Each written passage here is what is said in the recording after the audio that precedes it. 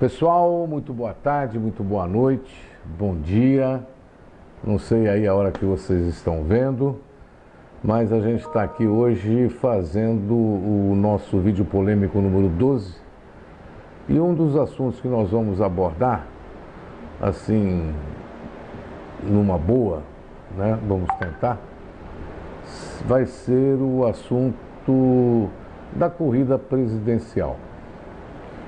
Nós, na verdade, hoje estamos aí com os quadros começando a se definir, faltam aí 2 convenções, se não me falham a memória.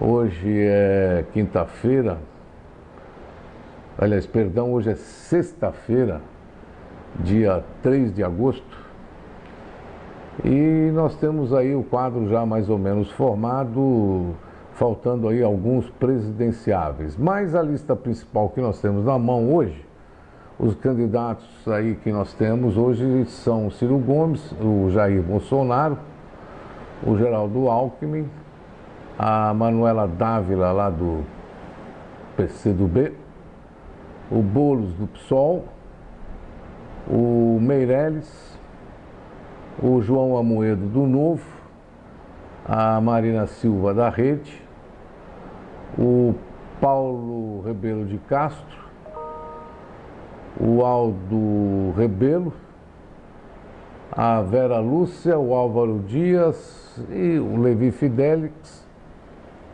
e, pasmem os meus amigos, o tal do Lula. Bom, neste quadro que eu acabei de dizer para vocês, alguns vice-presidentes aí já estão definidos. O Alckmin optou pela Ana Amélia, um excelente nome. Acho que dá um pouco de credibilidade para a candidatura do Alckmin, com relação até essa confusão do Centrão, aí os de sempre reunidos na mesma mesa. O Meirelles foi ontem proclamado aí candidato oficial pelo MDB. O Amoedo já escolheu o seu vice, né, que é o professor Christian Lobauer. A Marina Silva, ela convidou o Eduardo como vice-presidente. E nós temos aí o Aldo Rebelo sendo convidado pelo Álvaro Dias para formar aí a chapa do Podemos. Aliás, o Aldo entrou agora no Podemos. Então, basicamente, esse vai ser o quadro. Nós temos aí 2 participantes dessa luta aí, que é a Vera Lúcia do PSTU e o Levi Fidelix, que são famosos já nos seus conchavos e arranjos. Então, dentro dessa mundarada de nome aí que nós temos, eu fiz aí uma classificação direita e esquerda, que eu não gosto muito disso, mas o pessoal adora. Mas vamos lá, então assim, mais alinhados ao pensamento de esquerda, nós temos o Ciro Gomes, a Marina Silva, Manuela Dávila, Guilherme Boulos, não vou nem levar em consideração, a Vera Lúcia e também o Álvaro Dias, né, dentro do Podemos. Tem aí um candidato de fora, que é um cara que está preso, que é o Lula, mas esse cara jamais vai ser candidato, esqueçam isso aí, é uma bobagem do PT, como sempre o PT e as suas bobagens. E nós temos 2 candidatos, vamos dizer assim, mais voltados à direita. Um voltado, à minha opinião, à extrema direita, que é o Bolsonaro, e um outro de uma posição mais de direita, mais centro, que é o João Amoedo, né? Então, nós temos 2 candidatos que são bastante voltados aí à turma dos banqueiros, que é o Henrique Meirelles e o Paulo Rebelo de Castro, que na verdade não sei se o Paulo vai continuar com essa candidatura ou não. O primeiro candidato que eu gostaria de conversar um pouquinho e falar rapidamente é do Alckmin, né? O o Alckmin, com essa composição que ele fez com o Centrão, ele politicamente se tornou uma pessoa muito forte. Vai ter um horário de televisão bastante grande, e televisão no país ainda é uma das formas de você escolher o seu eleitor, né? Muitos escolhem através desses programas de televisão. E com a entrada da Ana Amélia nessa luta, ela como vice-presidente, uma pessoa extremamente íntegra, tem um apreço muito grande por ela, ele buscou alguém que anulasse, né, a tentativa da oposição a ele, Alckmin, bombardeá-lo com com essa junção aí desse pessoal de centro, os caras aí famosos aí pelos mensalões, etc, etc. O Alckmin é uma candidatura, apesar de não ter decolado, eu acho que vai ser uma candidatura forte. Vai ter assim um futuro, assim, um futuro aí dentro da campanha política de crescimento na sua campanha, apesar do cansaço do povo com relação às duas siglas aí, PSDB e PT. Todo mundo, aí existe aquele jogo, né? Porque é questão do Aécio, tira não sei quem, né? Mas para o povão, gente, o Alckmin é um cara forte, nós não podemos deixar de analisar dessa forma. Ele tem uma postura muito, não antipática, mas não cheira aí nem fede, né? Nas suas entrevistas, é um cara muito sem expressar o seu sentimento, né, com voracidade, diferente de outros candidatos, mas ele continua sendo um player bastante interessante, principalmente depois desse arranjo com a Ana Amélia. Bom, mas o que eu quero dizer é o seguinte, na verdade, os outros candidatos, eu vou fazer um comentário mais ao final. Eu não acredito muito em reforços da candidatura de esquerda, principalmente a do Ciro Gomes. O Ciro é um cara muito falador, um cara muito preparado, diga-se de passagem, mas ele inventa muitos números, inventa muitas soluções, é um cara a favor da estatização, é um cara a favor de um Estado ainda muito forte, coisa que o povo também não aguenta mais. Então eu não vejo o Ciro hoje como um grande candidato ao segundo turno, né? Se eu fosse apostar num candidato entre Alckmin e Ciro Gomes para o segundo turno, eu estaria mais com o Alckmin, né? Mas de qualquer forma, o que eu vejo é o seguinte, nós temos um problema muito grande para o próximo presidente. O próximo presidente, ele vai ter que ser uma pessoa muito flexível. Ele vai ter que trabalhar muito com o Congresso se ele tiver que fazer todas as reformas necessárias que terão que ser feitas no Brasil.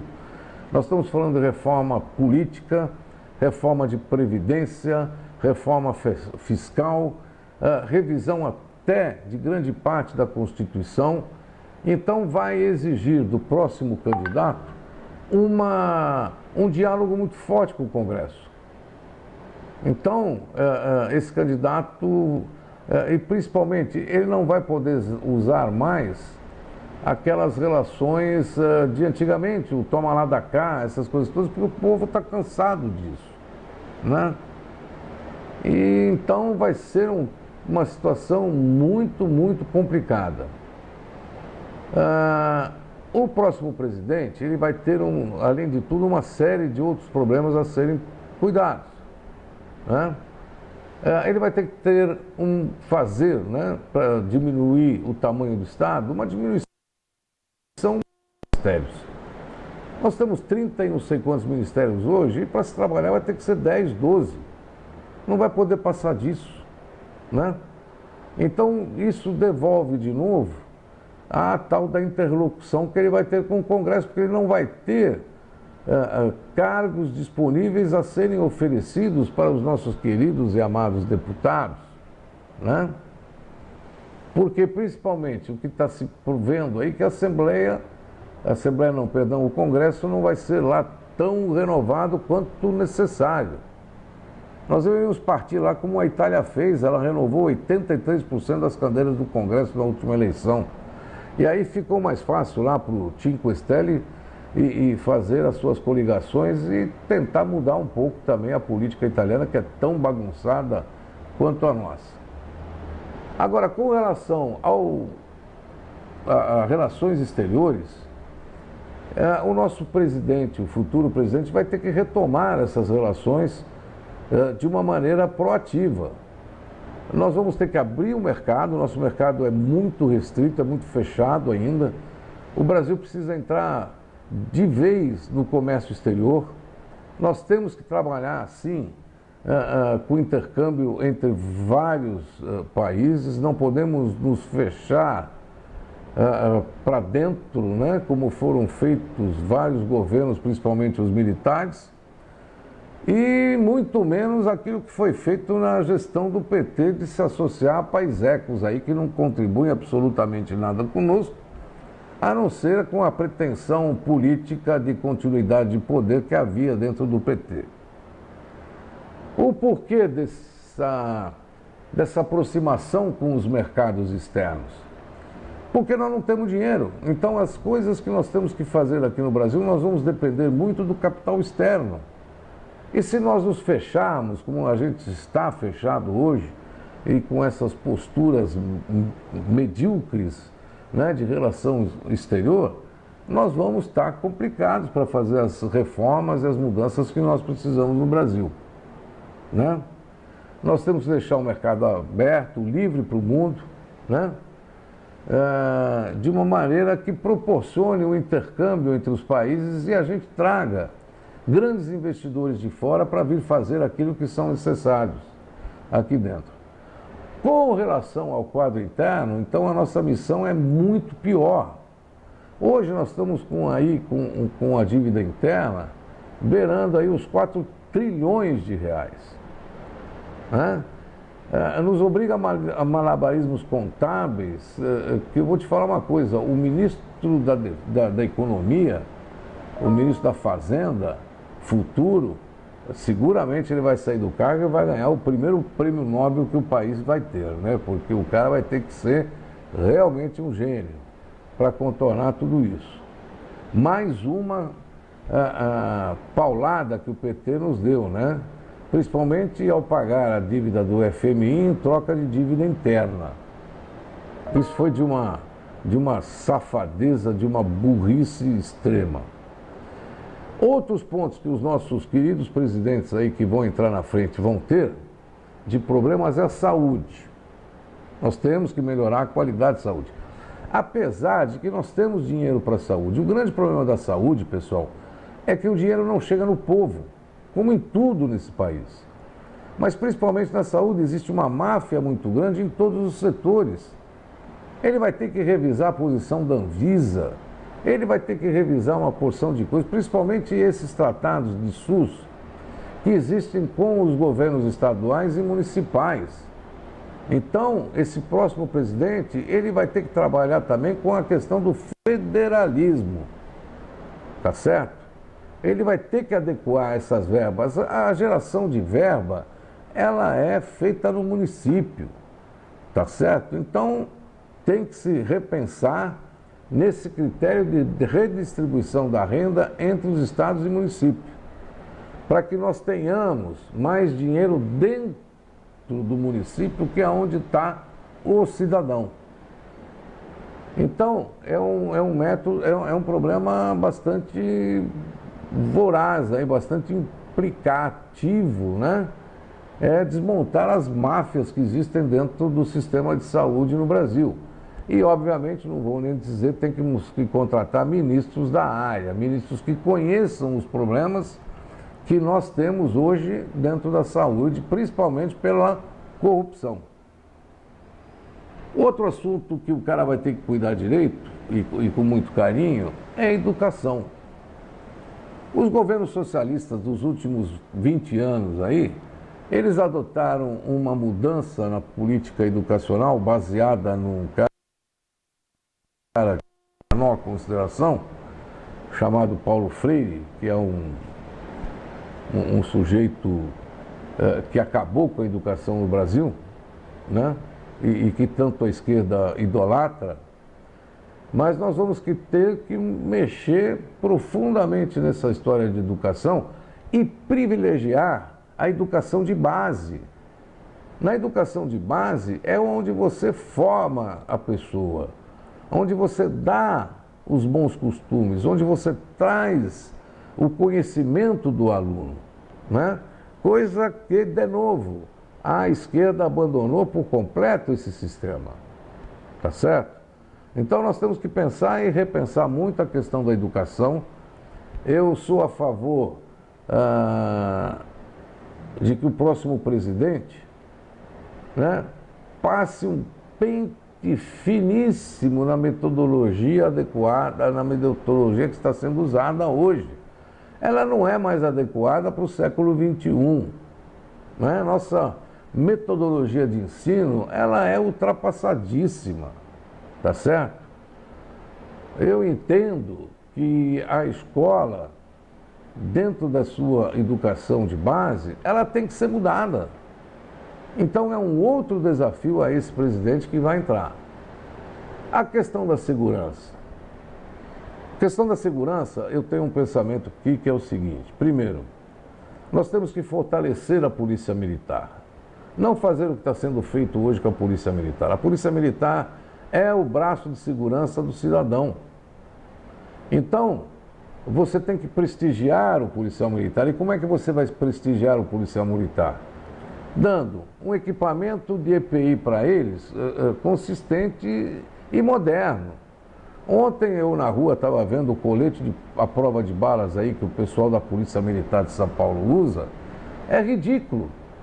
O cara, se estiver sentado na viatura, ele tem que tirar o colete porque ele não consegue mexer o pescoço. Então veja o nível de equipamento que esse pessoal possui. Eles têm um revólver que, se bobear, atira nele mesmo, né? Esse Taurus aí que eles estão usando. Quando deveriam trazer marcas de revólver famosíssimas, sei lá, não sou especialista, mas tem Glock, tem Smith Wesson, tem milhares de marcas aí. Ou até a própria Embel, que fabrica uma arma muito mais segura e muito mais precisa do que essa da Taurus. Mas tudo é esquema, gente. Tudo é montado em esquema, em corrupção. Então esse é o grande problema. Outra coisa, né? O fardamento do policial militar, o seu soldo, né? O salário do policial militar devia ser de tal forma incentivado que correspondesse ao risco que ele sofre, que ele tem do seu dia a dia, decorrente da sua profissão, mas mais, que não permita a ele fazer bico. Porque no momento que ele é prestigiado com um salário decente, com uma boa colocação, ele não vai ter necessidade de fazer bico, mas de um outro lado também, ele tem que ser cobrado depois, né? Para que seja um policial exemplar, para que ele tenha também um treinamento adequado, tá certo? E por que eu sou contra o bico? Porque é no bico que eles arrumam as confusões. Entendeu? É neste outro submundo que acontecem os problemas. Não é dentro da corporação, gente. Tá certo? Então vamos pensar nisso. E com relação à segurança, nós temos que aumentar a informação entre os estados. O serviço de inteligência no Brasil é zero. Né?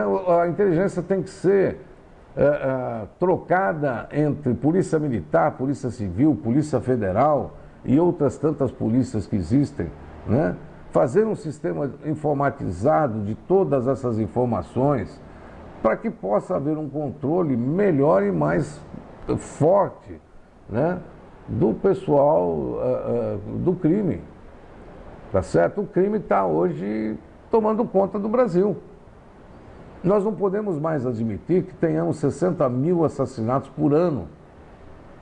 Né? E a coisa não é tão difícil de ser arrumada. Talvez demande um pouco de tempo, mas que ela é fácil de arrumar, ela é fácil, precisa de vontade política para isso. E para isso os nossos políticos não têm vontade, tá certo? Outra questão que o nosso queridíssimo presidente vai ter que enfrentar é a infraestrutura. O Brasil, de um tamanho continental que nós somos, tá certo? É inconcebível para mim nós vivemos trabalhando em cima de caminhão. Aí acontece a greve que aconteceu, o país fica desabastecido. Nós temos um dos maiores sistemas aquafluviais do mundo, tá certo? E nós não usamos a hidrovia. A nossa ferrovia, vejam só vocês, o senhor Juscelino Kubitschek, para trazer a indústria automobilística que ele tinha prometido durante a sua campanha, lá nos idos de 1958, 59, né? Ele fez um acordo com a indústria automobilística de desacelerar o investimento em trens. Quem depois implementou essa desativação foi o senhor Jânio Quadros, cumprindo com isso a promessa que o governo tinha feito às grandes montadoras. Vamos favorecer vocês, eliminando os trens, assim vocês conseguem vender caminhão, carro, lotação, o que vocês quiserem o nome. Então tudo no país é maracutaia, é esquema, nada é de graça. É uma coisa absurda, nós temos que mudar essa situação. 2018 é o ano da mudança no Brasil, né? Vamos ficar prestando atenção nesse assunto. Outra coisa que também está ligado à infraestrutura, mas também tem uma ligação com a saúde, é a questão do saneamento básico. Eu estava lendo recentemente uns dados do IBGE e nós temos 34% das cidades brasileiras atendidas por esgoto, onde existe tratamento de esgoto. Gente, isso aí é coisa de, sei lá, Paquistão, talvez, Afeganistão, mas não é coisa de Brasil, que é a sexta, sétima economia do mundo. É que obra enterrada ninguém vê. Então não interessa de novo aos políticos isso daí, tá certo? Mais uma questão delicada. Então você veja que o quadro que está se mostrando para 2019, no próximo presidente, até 2022, é um quadro muito delicado. Porque se ele não souber mexer, o Brasil vai quebrar, e vai quebrar feio, e vai proporcionar a volta da esquerda. Você entendeu? Com o populismo do senhor Lula e companhia bela. Em 2018 eu não tenho a menor dúvida que eles não voltem. Mas em 2022, dependendo do presidente, do que ele vier fazer, para voltar. Tá certo? Então eu não tenho dúvida com relação a isso. Outro ponto importantíssimo, que é fundamental para o novo presidente, é a questão das estatais. As estatais brasileiras são, na verdade, o maior cabide de emprego e de negociatas que o governo tem. E é por isso que nós temos cento e não sei quantas estatais. Tem estatal no estado do Acre, meu povo, que faz camisinha. Pelo amor de Deus, uma empresa estatal só para fazer camisinha lá no estado do Acre. É mais uma invenção do PT, né? Então vamos acabar com essas palhaçadas, vamos ser dedicados àquilo que o governo tem de bom e do melhor, que é educação, saúde e segurança. O resto é para os outros, é para o empresariado, é para aquele cara que está a fim de arriscar. Eu não admito conversa como a do Ciro Gomes, não, porque o setor hidrelétrico no Brasil é setor primordial e tem que ser mantido na mão do governo. Não, eu não concordo que a Embraer seja comprada pela Boeing. Não, eu não concordo que o Banco do Brasil seja estatizado. Gente, tem que estatizar tudo aquilo que não é ligação direta e obrigação do governo, tem que estar fora, porque o que acontece? Acontece o que aconteceu com a Petrobras, né? Um bando de políticos dentro da empresa que simplesmente dilapidaram o maior patrimônio brasileiro. Tá certo? Então, estatal não serve para nada, só serve para dar emprego, tá certo? E quem está chorando hoje e quem é contra é porque trabalha numa estatal cheio das suas mordomias e os salários dos caras são absurdos. Né? Tem que adequar o salário, primeiro, o salário da iniciativa privada com o salário da estatal, então vai ter que cair muito o salário de muita gente. É inadmissível o cara ter 3, 4, 5 aposentadorias. Então aí nós voltamos ao problema da reforma da Previdência, que tem que ser reformada assim, gente. Não tem outra solução, o Brasil quebra sem essa reforma. Né? Vai ter que aumentar a idade de aposentadoria para 65 anos, como 98 países do mundo fizeram. Né? Principalmente os países da Europa, que são extremamente voltados ao bem social, né? Todos eles hoje, a aposentadoria mínima para homem é de 65 anos e para mulher é de 60. Por que no Brasil tem que ser diferente, tem essa choradeira? Né? Nós temos que acabar com 100 mil cargos, né, de confiança que existem nesse país. E o cargo de confiança, o seu salário, pode ser até maior que o salário do presidente, que por Constituição é o salário máximo pago aos servidores estaduais, aos servidores federais, estaduais e municipais. Tá certo? Bom, aí fica todo mundo pensando comigo, bom, com esse quadro, quem é que é o presidente? Aí vem lá os meus amigos, assim, partidários do Bolsonaro. Ah, Bolsonaro é o cara, Bolsonaro é fantástico, Bolsonaro vai resolver tudo. Como é que ele pode resolver tudo, gente? Se durante 30 anos o cara não prestou atenção nem naquilo que o Rio de Janeiro estava tendo de problemas, nem para denunciar o Sérgio Cabral ele serviu. E ele sabia quem era. Ele conhece quem era. Tá certo? Então, aí tá. Eu não confio no senhor Jair Bolsonaro.